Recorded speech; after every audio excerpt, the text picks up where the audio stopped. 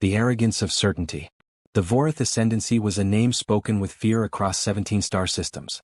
For 3 centuries, the Empire had expanded without resistance, crushing primitive civilizations beneath the weight of superior technology and overwhelming force. Their war fleets moved like iron storms through the void, leaving only silence and submission in their wake. Commander Zelvik stood on the command deck of the flagship Dorotha's Wrath, his 4 eyes scanning the holographic display before him. The blue marble rotating in the center of the projection was unremarkable, a single planet orbiting an average star in an unremarkable spiral arm of the galaxy. Yet intelligence reports indicated that this world, designated catalog reference 5832 Terra, had achieved rudimentary space travel and nuclear fission. Scan results. Zelvik's voice carried the flat authority of someone who had never known defeat. His science officer, Talnera, manipulated the console with practiced efficiency. Primitive infrastructure, Commander. Radio transmissions suggest fragmented governance across multiple nation-states. No unified planetary defense network. Their largest orbital stations are purely civilian. We detect no particle beam arrays, no graviton shielding, no antimatter reserves. A low rumble of satisfaction moved through the bridge crew. Another easy conquest. Another world to strip of resources and add to the Empire's ever-growing domain. Their military vessels? Zelvik asked. Confined to their atmosphere and ocean surfaces, Commander. Propelled by chemical combustion. We estimate their most advanced fighters achieve Mach 3 at best. Talnera's mandibles clicked in what passed for Vorath amusement. They are children playing with fireworks. Zelvik nodded slowly. The Dorotha's Wrath alone could reduce this planet to ash within hours. His fleet of 47 warships represented enough destructive power to shatter moons. This would be over before the midday rest period. Commander. A new voice interrupted his thoughts. Sensor analyst Gravak gestured toward his station with obvious confusion. I'm detecting a single vessel approaching our position. Origin point, the 3rd planet. Silence fell across the bridge. A vessel? Approaching them? Classification. Zelvik demanded. Gravak hesitated. Unknown, Commander. It doesn't match any configuration in our database. Hull composition appears to be a primitive titanium steel alloy. No energy shields detected. No visible weapon ports. Propulsion system is? I don't understand the readings, sir. It shouldn't be capable of achieving these velocities with such basic materials. The holographic display shifted, magnifying the approaching object. It was sleek but utilitarian, a cylinder roughly 800 meters in length, dark gray with white identification markings. As it drew closer, Zelvik could make out letters in the human's primitive alphabet. USSC Independence. They sent one ship. Weapons Officer Kravatha's voice dripped with contempt. One unarmed ship to face an entire fleet. Perhaps it's a diplomatic vessel, Talnera suggested. Arriving to negotiate terms of surrender. Without transmitting any communication codes? Gravak shook his head. Unusual protocol. Zelvik watched the human vessel slow to a relative stop approximately 50,000 kilometers from the fleet's vanguard position. It simply held position there, silent and still, like a predator watching from the tall grass. Something about its presence unsettled him, though he couldn't articulate why. Scan it, he ordered. Full spectrum analysis. I want to know everything about that ship. Its power source, its structural integrity, its crew complement. Everything. Initiating deep scan now, Gravak confirmed. The scanning beam lanced out from the Dorotha's Wrath, a concentrated pulse of electromagnetic and quantum probes designed to penetrate any shielding and reveal every secret a vessel might hide. It was standard procedure, performed countless times on countless worlds. The beam struck the human ship. For exactly 1.3 seconds nothing happened. Then every sensor station on the bridge erupted in alarms. Commander. Gravak's voice cracked with panic. The ship, the readings don't make sense. Explain. Zelvik barked. Its mass signature just changed, sir. Before the scan, it registered at approximately 400,000 tons. Now it's reading at over 2 million tons. Gravak's hands flew across his console, desperately trying to verify the impossible data flooding his screens. The internal structure is reconfiguring. Sections that appeared to be simple storage compartments are opening. They were hidden behind false bulkheads, shielded by some kind of material our scans couldn't penetrate until now. What kind of material? Talnera whispered. Unknown. But Commander, I'm now detecting active power signatures inside the vessel. Massive power signatures. Whatever they were keeping dormant is coming online. On the holographic display, the human ship began to change. Panels along its hull slid aside with mechanical precision, revealing rows upon rows of dark openings. Gun ports. Missile tubes. Weapon systems that had been completely invisible moments before. Weapons. Kravatha's voice rose.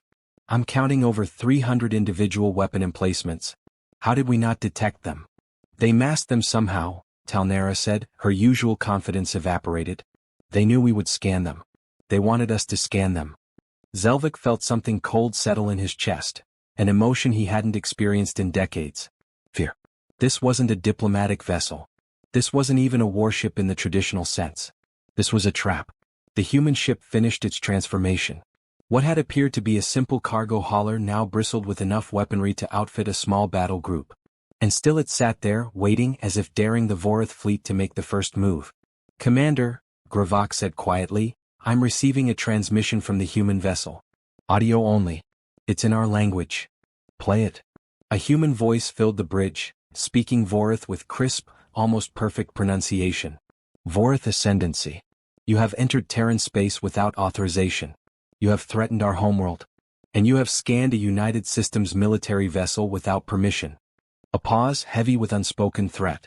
That was a mistake. You wanted to see what we really are? Now you will. I am Captain Sarah Chin of the USSC Independence. And I do not accept surrender. The transmission ended. In the terrible silence that followed, Zelvik realized something that would haunt him for whatever hours remained of his life. They hadn't discovered humanity. Humanity had been waiting to be found. The price of pride. Captain Sarah Chin stood in the command center of the USSC Independence, her hands clasped behind her back, her expression carved from stone. Around her, the bridge crew moved with the quiet efficiency of a well-oiled machine. No panic. No hesitation. They had trained for this moment for 3 years. Tactical status, she said calmly. Lieutenant Commander Marcus Webb didn't look up from his console. All weapon systems online and hot, Captain. Railgun capacitors at full charge. Missile tubes loaded with Hellfire 9 antimatter warheads. Point defense grid active. The outer hull camouflage has fully retracted. They're seeing us as we really are now. Good. Sarah's jaw tightened slightly. Communications, are they responding? Ensign Yuki Tanaka shook her head. Negative, Captain. The alien flagship is broadcasting on multiple frequencies to their fleet, but nothing directed at us. I'm picking up what sounds like confusion. Elevated stress markers in their vocal patterns. Sarah allowed herself the ghost of a smile. The Vorith had been so certain of their superiority that they'd never considered the possibility of deception. They'd scanned thousands of species across dozens of worlds, and every single time, those scans had revealed the truth. They'd grown arrogant, predictable. And humanity had been studying them for 18 months. Navigation, distance to the alien fleet's forward elements?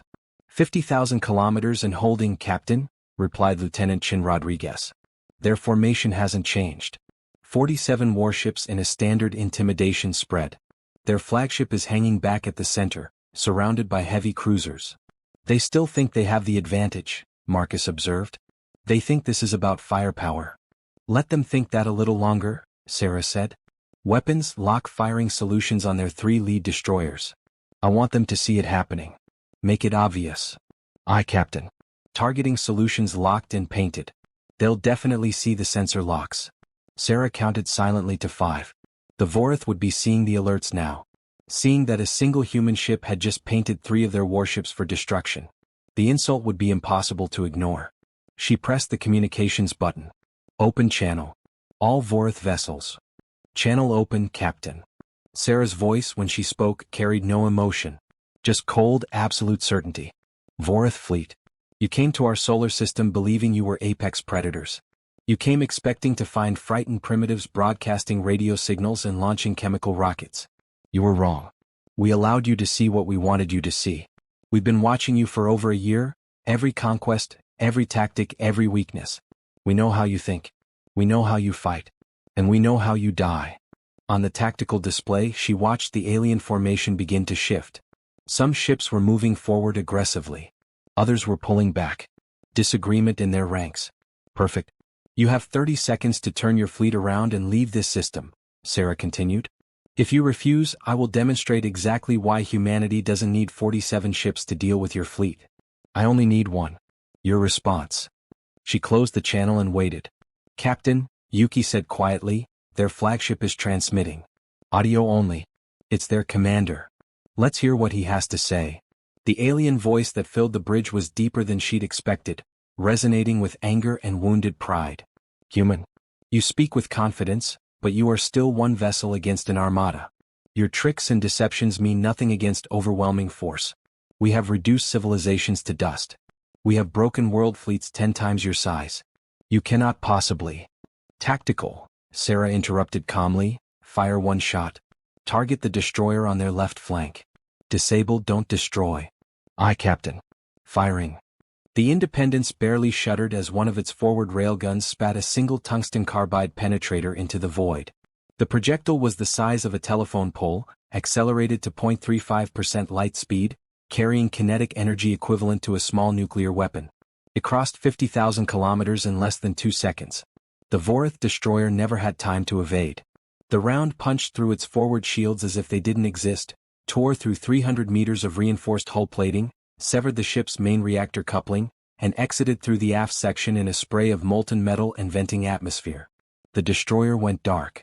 Dead in space. Crew alive, but the ship was finished. Sarah reopened the channel. Commander Zelvik, yes, we know your name. That was one round from one gun. I have 240 guns. I have 400 missile tubes. And every weapon on this ship was specifically designed to kill things exactly like your vessels. Your shields can't stop our railguns. Your armor can't withstand our missiles. Your point defense systems are too slow for our attack patterns. She paused, letting that sink in. We didn't achieve space travel last century, Commander. We achieved it 3 centuries ago. We've been out here in the dark watching species like yours tear through the galaxy. We've been learning, building, preparing. And we got very, very good at killing.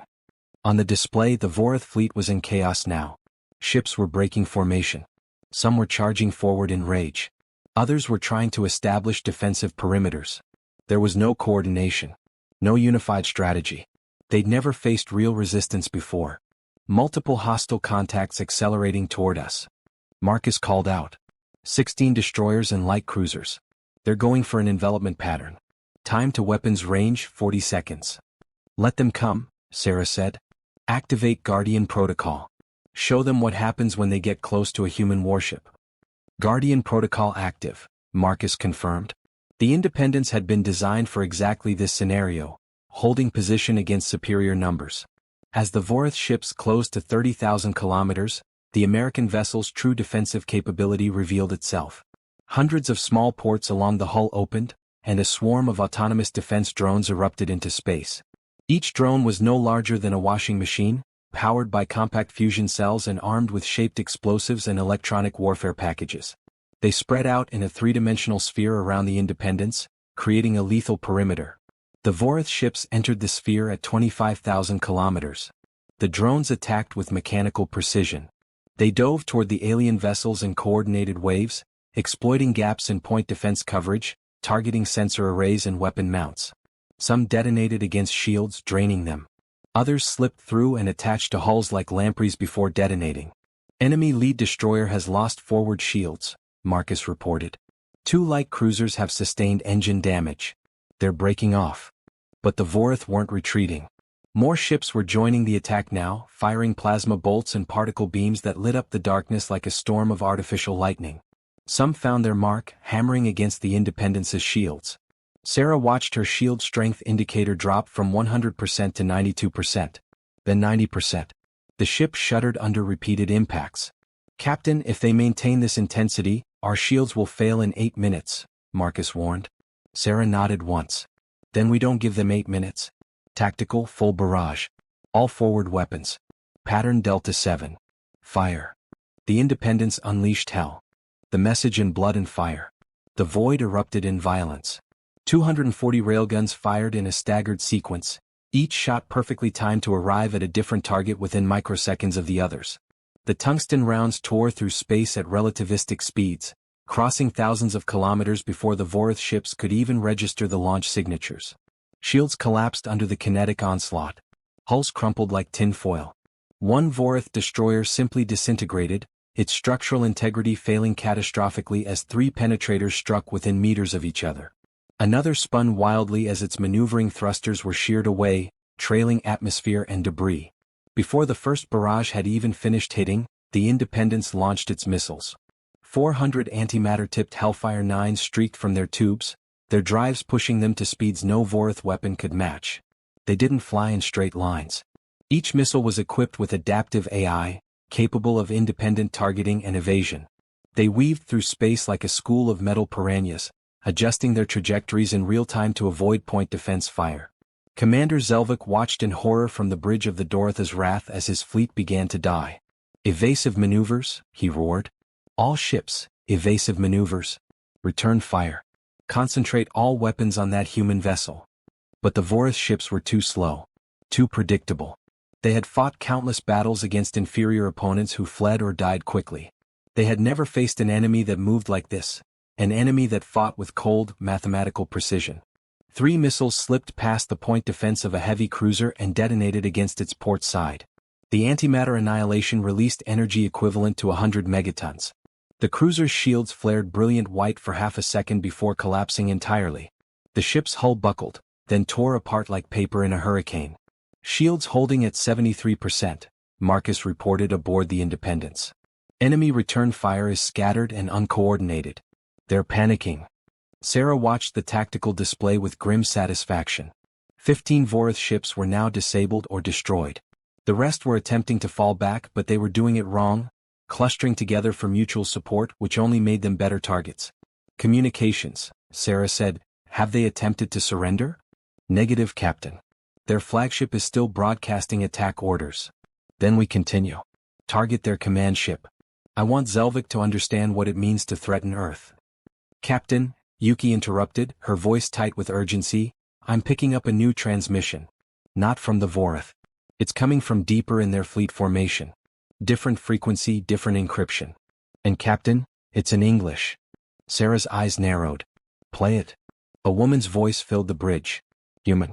Come. Professional. USSC Independence, this is Commander Rebecca Foster of the USSC Righteous Fury. We are in position behind the enemy formation. You've gotten their attention beautifully. Ready to join the party on your mark." A cold smile crossed Sarah's face. "Signal Commander Foster. Mark is now." What the Vorith didn't know, what their scans had completely failed to detect, was that the Independence had never been alone. From the darkness behind the Vorith fleet, 3 more human warships decloaked. They had been there the entire time, hidden by advanced stealth technology that bent sensor waves around their hulls, making them invisible to every scanner the Vorith possessed. The Righteous Fury, the Indomitable, and the Shanghai materialized like ghosts, their weapon ports already open, their targeting solutions already locked. The Vorith fleet was surrounded. Zelvik's face went pale as his sensors finally registered the new contacts. How is this possible? There was nothing there." "They were always there, Commander," Talnera whispered, her voice hollow with shock. "We never saw them. They let us believe we knew everything and we knew nothing." The 4 human warships opened fire simultaneously. It wasn't a battle anymore. It was an execution. Railgun rounds hammered the Vorith formation from 4 directions. Missiles filled the void with fire and fury. The alien ships tried to scatter, tried to fight, tried to flee, but there was nowhere to go. Every direction held death. The Dorotha's Wrath shuddered as multiple impacts struck its shields. Zelvik gripped his command chair, his 4 eyes wide with the terrible understanding that he had led his fleet into annihilation. "All ships," he transmitted on the emergency channel. "Retreat. Full retreat. Abandon engagement protocol and—" A railgun round punched through the flagship's forward section, missing the bridge by less than 50 meters. The entire ship rang like a struck bell. Secondary explosions rippled through 3 decks. "Commander," his helmsman shouted. "Engine room reports critical damage. We can't achieve jump speed." Zelvik stared at the tactical display, watching his fleet disintegrate around him. In less than 4 minutes, humanity had reduced the pride of the Vorith ascendancy to burning wreckage. Ships that had conquered worlds were now tumbling hulks, leaking atmosphere and bodies into the void. "Signal all remaining vessels," Zelvik said quietly, his voice carrying the weight of absolute defeat. "Cease fire. Broadcast surrender on all channels." The bridge fell silent except for the alarm klaxons and the hiss of emergency systems. "Do it," Zelvik repeated. "We have already lost." Aboard the Independence, Sarah watched as the Vorith weapons fire ceased. One by one, the surviving alien ships went dark, their weapons powering down, their shields dropping in the universal signal of capitulation. "Cease fire," Sarah ordered. "All ships, hold position. Maintain target locks but do not fire unless fired upon." The fury of battle faded, leaving only the eerie silence of space and the slowly expanding clouds of debris that had once been warships. "Casualties?" Sarah asked. "None on our side, Captain," Marcus reported. "Shield integrity across the fleet is above 60%. Minimal damage to external systems. The Vorith took the worst of it." Sarah nodded slowly. They had planned this engagement for months, running thousands of simulations, preparing for every possible Vorith tactic. But planning and executing were different things. The aliens had fought harder than expected. If the Vorith had been more coordinated, more cautious, the battle might have gone differently. But they hadn't been. They had been arrogant. And arrogance was a fatal flaw. "Open a channel to their flagship," Sarah said. Zelvik's face appeared on the main screen. He looked older than Sarah had expected, his alien features drawn with exhaustion and something that might have been shame. "Commander Zelvik," Sarah said evenly, "your fleet is defeated. 28 of your ships are destroyed or disabled. The rest are at our mercy. You came here to conquer Earth. Instead, you've learned a valuable lesson." "What lesson is that?" Zelvik asked, his voice hollow. Sarah leaned forward slightly. "That humanity doesn't lose. Not because we're stronger or faster or smarter than everyone else, but because we prepare for the worst. We study our enemies. We adapt. We build weapons specifically designed to kill things we haven't even met yet. You were watching us for weeks, Commander. We were watching you for over a year." She paused, letting her words sink in. "Here's what happens next. You will take your surviving ships and leave this system. You will return to your empire and deliver a message. Earth is not prey. The Sol system is not conquest territory. Humanity is not a species to be underestimated. And if the Vorith ascendancy ever returns to our space, we will not show mercy a second time. We will reduce your entire fleet to atoms before you cross the asteroid belt. Do you understand?" Zelvik was silent for a long moment. Then, slowly, he inclined his head in what Sarah recognized as a gesture of acknowledgement. "I understand," he said quietly. "And I will deliver your message." "Good. You have 6 hours to retrieve survivors and conduct emergency repairs. After that, you jump out of our system and you never come back. If any of your ships deviate from these orders, we will assume hostile intent and respond accordingly." Sarah closed the channel without waiting for a response. "Captain," Yuki said softly, "do you think they'll actually stay away?" Sarah stood, her joints aching from the tension of battle. "I don't know, Ensign. But if they don't, we'll be ready. We're always ready."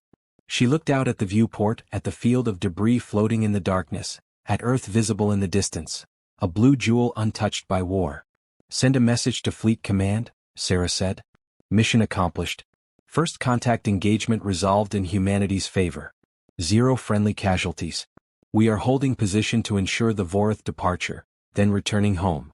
As the crew began the process of standing down from combat alert, Sarah allowed herself a moment of reflection. They had won this battle, but it wouldn't be the last. The galaxy was vast and filled with species that viewed humanity as primitive, weak, easy prey. They would all learn eventually. Humanity had been forged in conflict for thousands of years. They had fought each other across continents, developed weapons of terrible power, and learned the hard lessons of survival. When they finally reached the stars, they hadn't done so naively. They had prepared for the worst the universe could throw at them. And they had been right to do so. The Vorith fleet began to move 6 hours later, limping toward the edge of the solar system with their dead in tow. Sarah watched them go, knowing that somewhere out there, other species were hearing about this battle. Other empires were learning that humanity was not to be trifled with. Let them learn. Let them spread the word. Earth would be ready.